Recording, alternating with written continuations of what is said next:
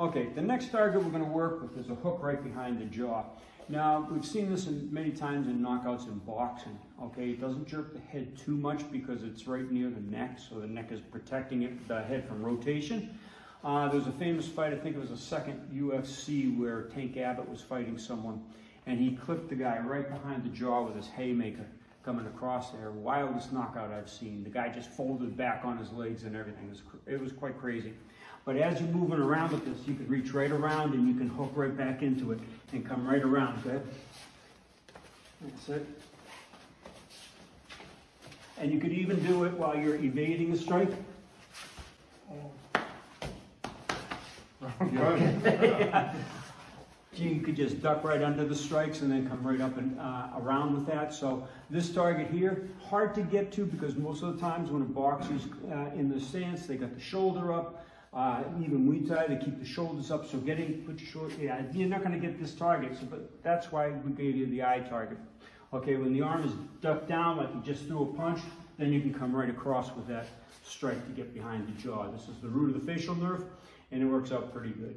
Take two targets in one. We're going to be using the classic hook where the hook punch is coming just around with that, just a powerful blow because your bicep is into it with your pectoral muscles along with some other muscles. Now, we have the two hooks that we're going to come in at the eyebrow and one again right behind the jaw. Now, the one behind the jaw is very difficult because as the boxer's in their stance, the shoulder is going to be up, and it's going to be up in a hunched position. So getting a clean shot around that shoulder is not going to be possible to get into the facial nerve behind here. What we want to do is get to the temporal branch at that point. So we'll go over the temporal branch first, and then we'll go over the facial nerve root secondary, and then we'll do a couple of little light drills so you can see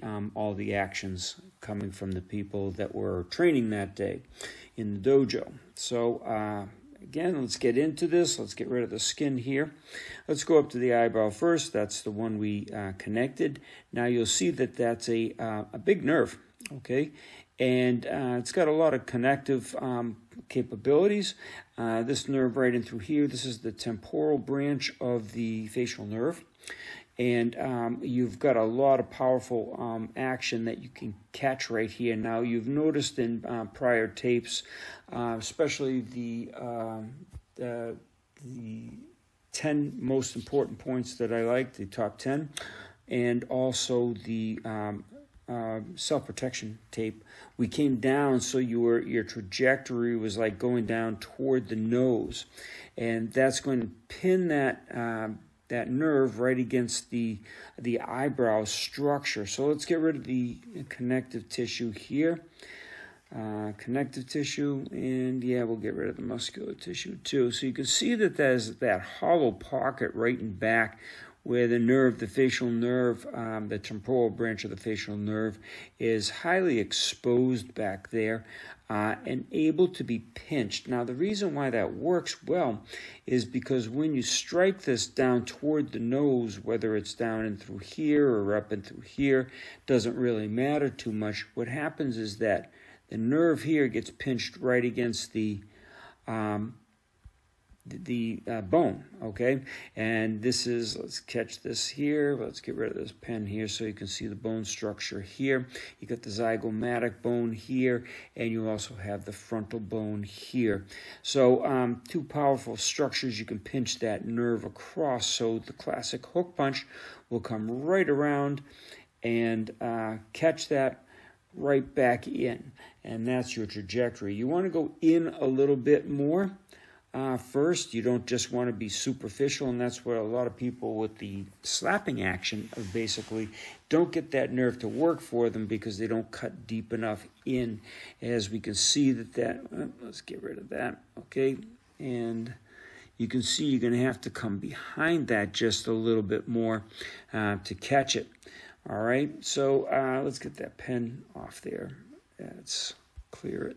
Okay. So that'd be the first target.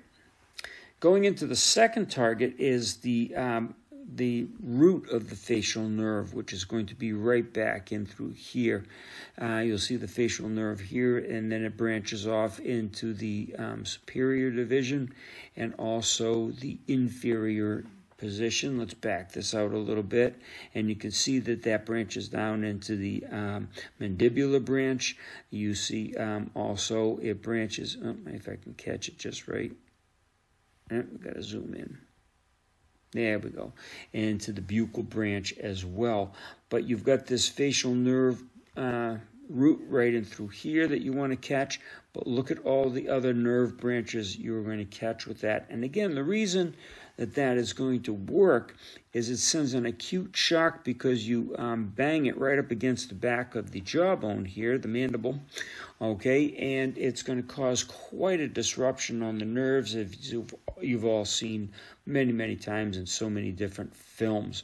So that classic hook punch, if you've come up and you've clipped right up and through here first, and you get the person's arms to drop, but they're still staggering on their feet, that's when you're going to want to hook right into that facial nerve. It's very powerful. You can also do it on an evasive movement where they're coming in with the hook, and you come down under their arm, and then your hook punch can hook right underneath here, as you'll see in the example. So there's another couple targets for the classic hook. There's several on the head. If you take a look at this anatomical structure right in through here, many different targets you could hit and cause that effect. These are just the ones that I covered in the film for Black Belt Magazine, The Anatomy of the Hook Punch, which they named the article something different. I don't know why, but that's editorial license, I guess. So anyway, those are your two targets.